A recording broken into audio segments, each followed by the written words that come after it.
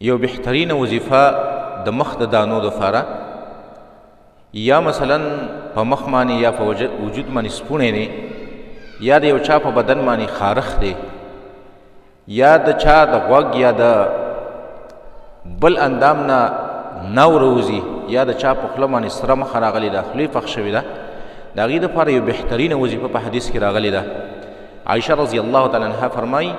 وی کله به چې د رسول الله صلی الله علیه وسلم خوا له یو داسې بیمار رالی چې په هغه باندې به دانه وه یا به پې زخم و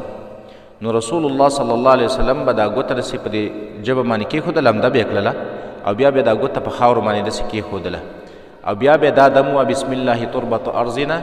بریقة بعضنا یشفى به سقیمنا باذن ربنا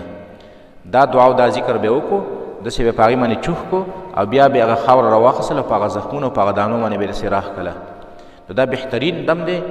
د سپونې دپاره د مخ د دانو دپاره په وجود باندې په بله حصه باندې یو زخم جوړ شوی دی دانې پې جوړې شوي دي یو بله دعا هم راغلې ده عایشه رضی الله تعالی عنها فرمایي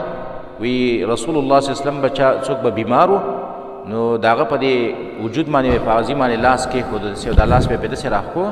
او دا دعا به یې ویله چې اللهم رب الناس اذهب البأس واشف انت الشافي لا شفاء الا شفاؤك شفاء لا يغادر سقما دا لاس به پې داسې راښکو دا دم به پې وه